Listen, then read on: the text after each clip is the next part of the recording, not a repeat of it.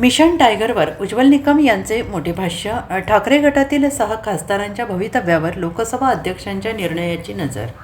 कल्याणमध्ये कायदेतज्ञ आणि खासदार उज्ज्वल निकम यांनी ठाकरे गटातील 6 खासदारांच्या कथित मिशन टायगरबाबत महत्त्वपूर्ण भाष्य केलं आहे. उद्धव बाळासाहेब ठाकरे गटातील 6 खासदारांनी लोकसभा अध्यक्षांकडे स्वतंत्र गटाची मागणी केली असली तरी त्यांनी मूळ पक्ष सोडल्याचे कुठेही जाहीर केलेले नाही, असं निकम यांनी स्पष्ट केलं आहे.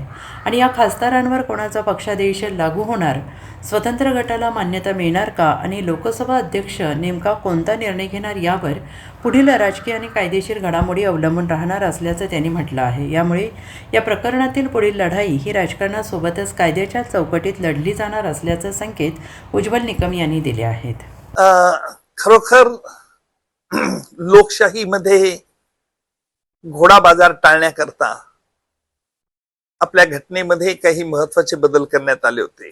त्यातलं एक परिशिष्ट 10, ज्या योगे एखाद्या पक्षाच्या तिकिटावरती व नावावरती लोकप्रतिनिधी जर निवडून येत असतील तर त्यांनी इकडून तिकडून पळू नये याकरता काही विशिष्ट तरतूद करण्यात आली होती. विशेषतः घोडा बाजार टाळण्याकरता कुठल्याही निवडून आलेल्या लोकप्रतिनिधीला दुसऱ्या पक्षात सामील होता येत नव्हतं. परंतु याला अपवाद म्हणजे जर 2/3 पेक्षा जास्त निवडून आलेले प्रतिनिधी एका दुसऱ्या राजकीय पक्षात जर सामील होत असतील तर तो अपात्रता होत नाही. म्हणजेच 10व्या परिशिष्टाचा उद्देश पूर्णपणे सफल होत नाही. आणि म्हणून महाराष्ट्रात जी नुकतीच घडामोड आपण बघतो आहोत, विशेषतः शिवसेनेच्या उभाटाचे 6 खासदार एक वेगळं काहीतरी निवेदन लोकसभाच्या अध्यक्षांना देतात, वेगळा गट स्थापन करण्याची मागणी करतात. लोकसभेच्या अध्यक्षांनी यावरती काय निर्णय घेतला हे गुलदस्त्यात आहे.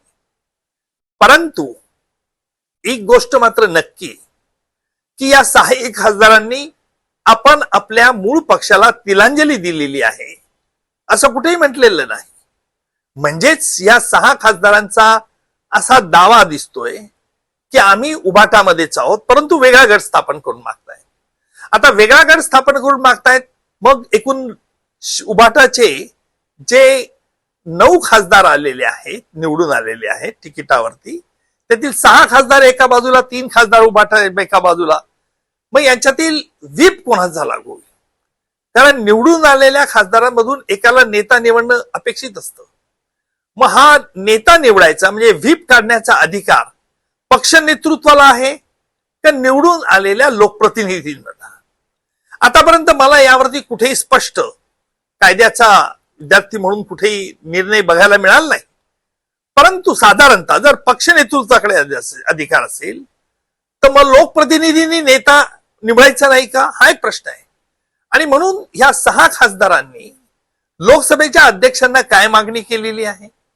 त्यांनी नेता निवडण्याची मागणी करून नसे निवडलेला आहे का? लोकसभेच्या अध्यक्षांनी त्याला परवानगी दिली आहे का? आणि म्हणजे व्हीप कोणाचा लागू होईल हा महत्वाचा आहे. यामध्ये कायद्याच्या 10व्या परिशिष्टामध्ये एक अशी तरतूद आहे की जर पक्षाच्या व्हीपच्या आदेशाविरुद्ध कोणी वागत असेल तर त्या पक्षाला त्यांच्या निवडून आलेल्या उमेदवाराला त्याची अपात्रता जाहीर करता येते आणि तशी मागणी करता येते. अर्थात मग व्हीप हा महत्वाचा कळीचा मुद्दा असू शकतो. आणि म्हणून व्हीप काढण्याचा अधिकार या 6 मध्ये एखाद्या खासदाराला दिलेला आहे का? मागणी केली आहे का? लोकसभेच्या अध्यक्षाला परवानगी दिली आहे का? हे महत्वाचे अभ्यासातील. म्हणून यापुढची लढाई ही कायद्याची लढाई सुरू झालेली असेल. अर्थात आपल्याला बघायचंय की या लढाईचा अंत काय होतो, किती वेळ लागतो. ब्युरो रिपोर्ट, SBN मराठी, कल्याण.